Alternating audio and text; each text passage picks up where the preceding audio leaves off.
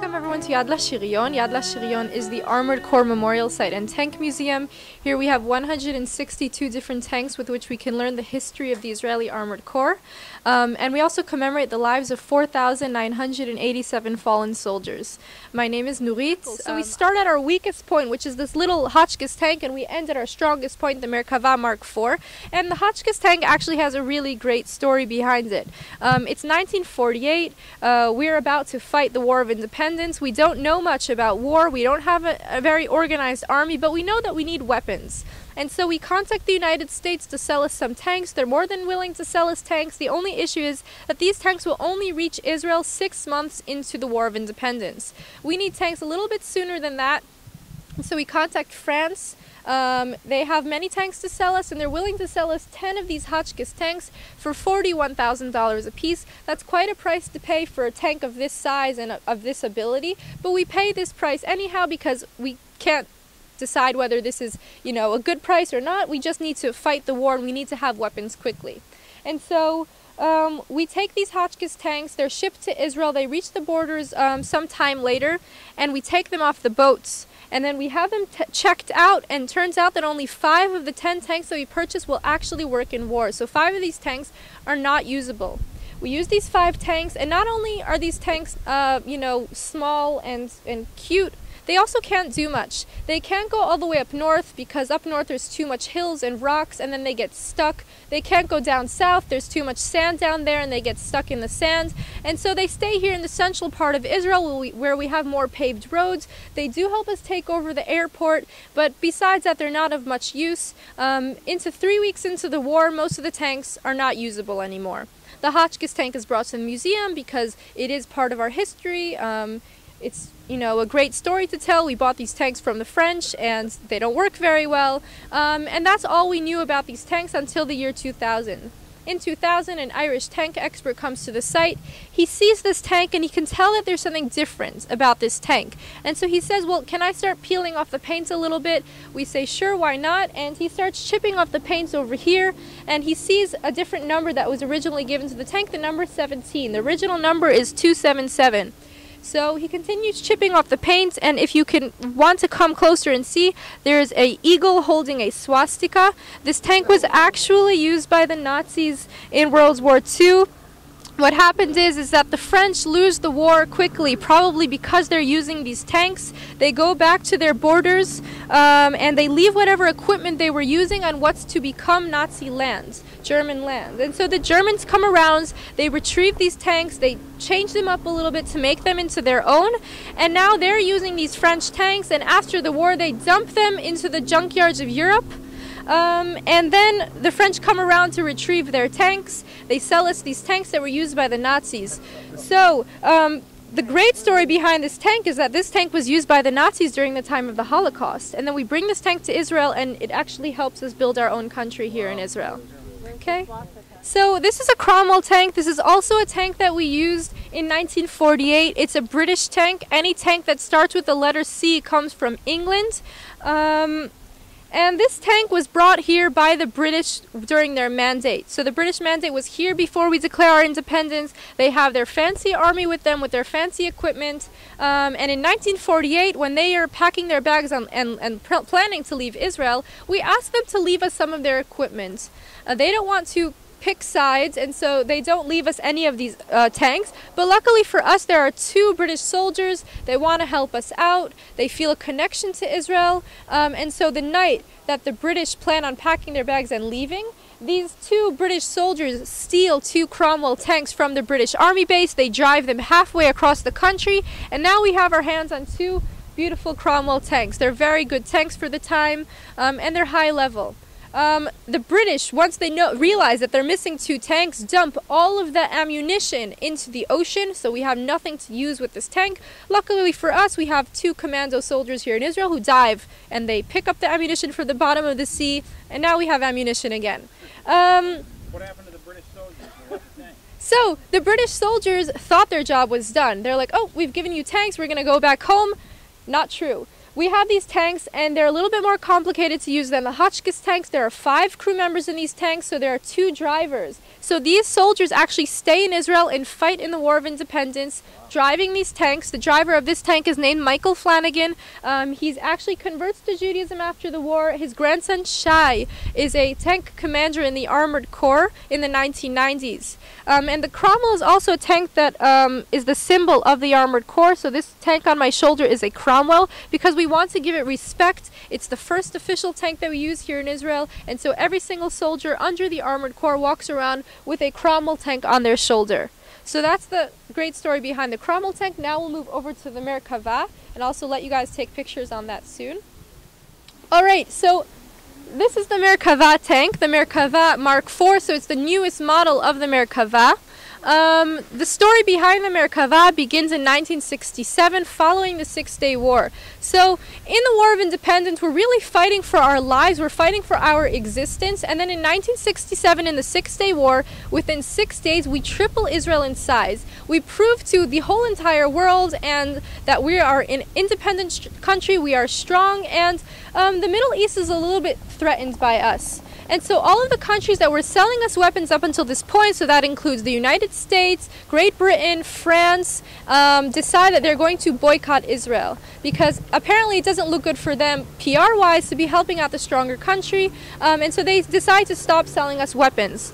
Up until this point, whenever we were receiving weapons from other countries, so American tanks like the Patton, British tanks like the Centurion tanks, we would change them to make them into our own tanks. So we'd receive a tank and we change out its engine because the engine we wanted in it was better. If we had a tank that we took from our enemies, we'd switch its turret to a turret that was better for our needs. And so we realized that if we can do this with tanks that we were receiving up until this point, we can just start creating our own tanks. I was privileged to visit him when he was working on the design.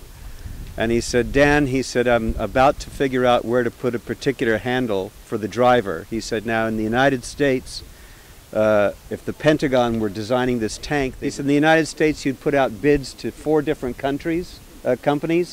Each one would submit a plan. You'd pay for that company to put the plan together just for this handle. He said the cost would be somewhere between $250,000 and $500,000 to get the design for where to put this handle that the driver's going to operate. He said, now I'll show you how we do it in Israel. He said, watch. Here. That was it. He said, wherever it's instinctively comfortable for the driver. And that was how he decided where that thing went. It was just that quick. His first idea in making sure this tank is safe is moving the engine from the back of the tank to the front. So the Merkava is actually the first tank in the world with the engine in the front, and it's still one of the only tanks with the engine in the front. The reason it's in the front is because the engine now protects the soldiers inside of the tank. The soldiers that sit behind the engine are now protected because the engine is right in front of them, and obviously we do switch out the engine more than any other tank would in the world, but every time we are switching an engine, we know that that could have been a soldier instead. And this is the Merkava Mark IV, so there's added technology to this tank that really keeps it in the top of the world. The first thing is called the trophy system. It's very similar to the Iron Dome system, and in Hebrew we actually call it the wind jacket system, which I think is a better name for it.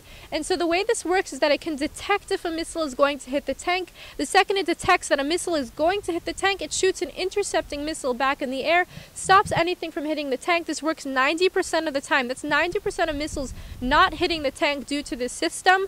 We also have a laser system on the sides of the tank that can detect even before something is shot at the tank that someone's aiming at us. And we can just directly aim back at where the lasers are coming from. I'd like for us to lay a wreath in honor of the fallen soldiers.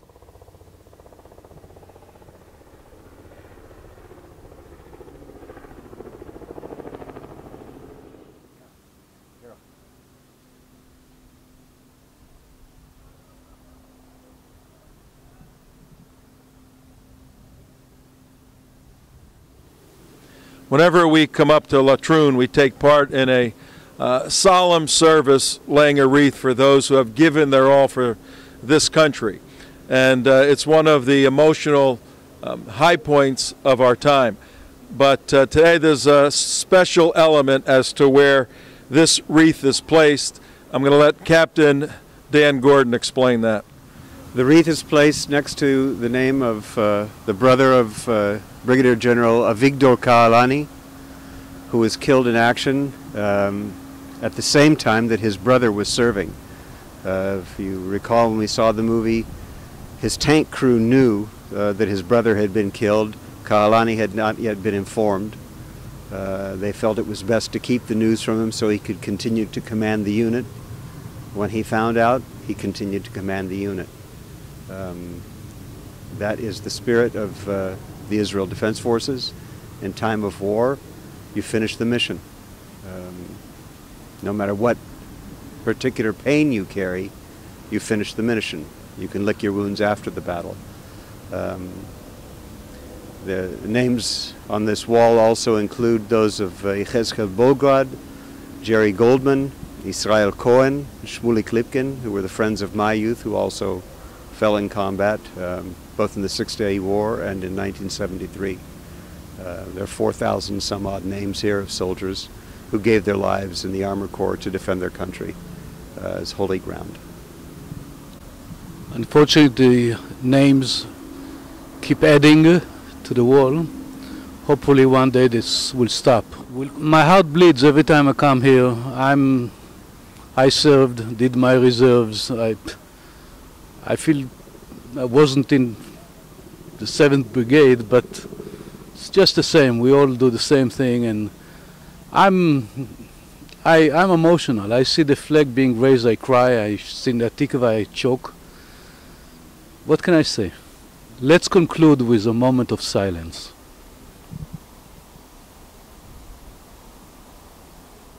All right, so when we were outside at the Wall of Names, you heard a little bit about Immanuel Kahalani. And so he's the brother of Avigdor Kahalani. He fell in 73 in the Yom Kippur War. And his incredible story is that he was in a tank, he was the loader in a tank, and the commander was hit, and his tank was repeatedly getting hit, and he tried to take over the tank to do whatever he could. So not only was he loading the ammunition into the cannon, he was also aiming the cannon at the same time. He tried his best to really do whatever he could to keep the tank running until it was hit the second time, and he also got killed in this tank. And so the daily memorial was created so that on every day, according to the Jewish calendar, because on every day of the year, according to the Jewish calendar, except for 2 days, there have been soldiers that had fell in battle. We show the soldiers that died on this date, and along with a little bit of information about them, so that anyone on their regular tour of the site can read information, take the stories of some of these soldiers on with them. A lot of these soldiers died in 1948. A lot of them came straight off the boats from Europe and had no family left, and we're the only people that can remember their stories. And so it's our job to remember these stories, to take these people with us. And that's the point of the daily memorial, that anyone that comes on to the site, whether they were planning it or not, takes the story of the soldier with them home.